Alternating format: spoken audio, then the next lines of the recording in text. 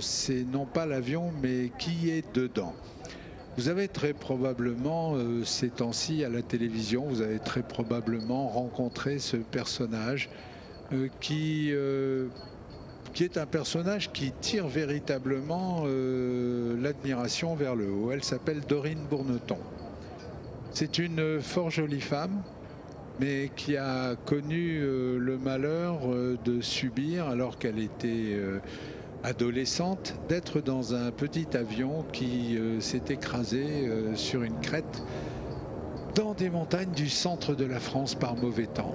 Et Dorine a vécu un véritable calvaire, puisque les autres passagers de cet avion avaient été tués lors du crash, et elle s'était retrouvée donc en pleine nature.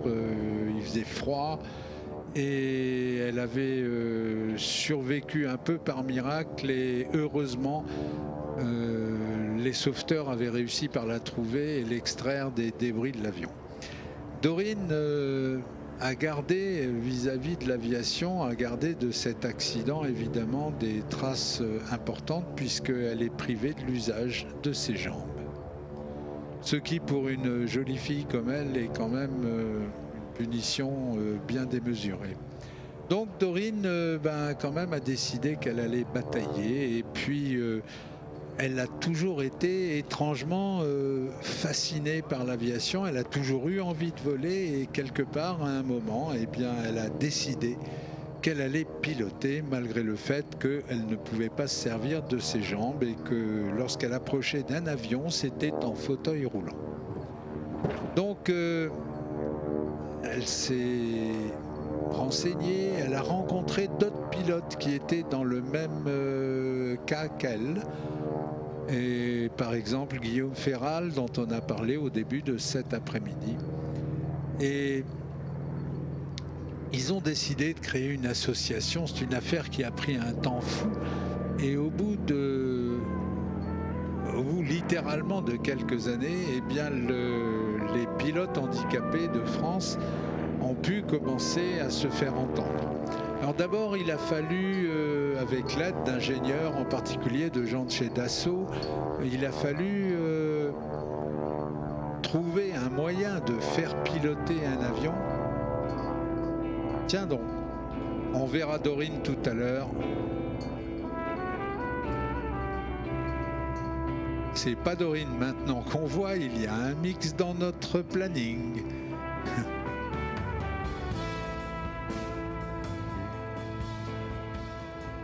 En fait, ce que vous venez de voir est une démonstration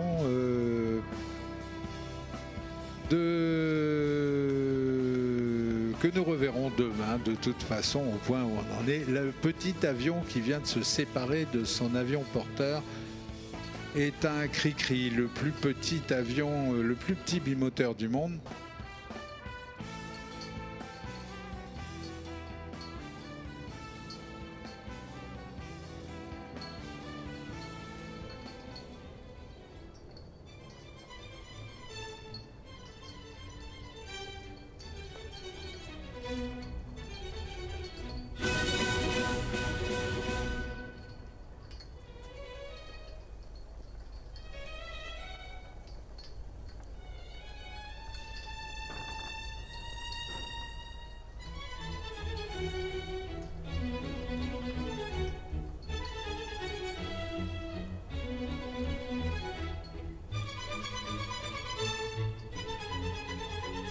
Devant nous, au-dessus de la piste 03, et après un mix, un raté, ça s'appelle, hein, simplement. Bon, un vol qui ne devait pas avoir lieu et qui finalement a eu lieu, mais c'est pas grave, on va faire avec, c'est aucun problème. Le petit avion qui est au-dessus de nous, tout petit, tellement petit qu'il va falloir prendre des jumelles pour le voir, est donc le plus petit bimoteur du monde. Le plus petit bimoteur du monde, il a été dessiné par Michel Colomban, un ingénieur aéronautique de grand talent qui avait en son temps travaillé sur le successeur de Concorde, qu'on appelait Alliance, et il a également beaucoup travaillé un peu plus tard sur une machine qui n'a jamais vu le jour malheureusement, qui était la navette spatiale Hermès, la navette spatiale européenne Hermès. Et Michel Colomban, le soir en rentrant à la maison, s'était toujours fasciné pour les avions très légers, les avions de constructeurs amateurs, des avions qu'on pouvait se faire à la maison. Et il a dessiné ce chef-d'œuvre qui s'appelle le Cri-Cri. Un petit bimoteur qui pèse tout mouillé 80 kg, c'est-à-dire quasiment pas le poids de son pilote, quand le pilote est un peu grand, comme c'est le cas de Hugues Duval qui est dedans. Et donc cette version du Cri-Cri que Hugues pilote est une version électrique, c'est-à-dire avec deux petits moteurs, des moteurs de type brushless, qui entraînent deux petites hélices. Quand on les voit, on a l'impression que c'est des hélices empruntées à un modèle réduit, de vol circulaire.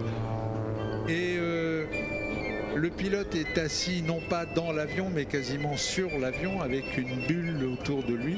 Le Cri-Cri vole très bien. Pour en avoir piloté un à moteur thermique, c'est un avion délicieux. Le seul défaut de la version à moteur thermique, c'est que comme les moteurs sont disposés sur des pylônes de part et d'autre des chevilles du pilote, et que ce sont des moteurs de temps, la mise en phase des deux moteurs et des vibrations des deux moteurs, en général, au bout de 15 minutes, laissait le pilote avec le cerveau totalement gélifié et liquéfié, et donc c'était un peu fatigant. Donc, si on met des moteurs électriques à la place, et ben d'un seul coup, on élimine les vibrations, c'est doux comme de la soie, et ça devient un avion éminemment agréable. Le seul problème, c'est que les batteries, évidemment, ont une durée de vie un peu limitée à une vingtaine de minutes. Mais ça fait rien. Pour vous montrer, c'est l'avion, ce Cri-Cri est l'avion électrique le plus rapide de tous les avions électriques. Et oui, c'est pas une illusion d'optique, il va bien se poser sur la piste 23 et non pas dans le département d'à côté, tellement il est petit, on le voit à peine. Belle image, le Cri-Cri en train de se poser en 0,3 et là-bas un Airbus 380 qui s'éloigne après son décollage de Charles de Gaulle.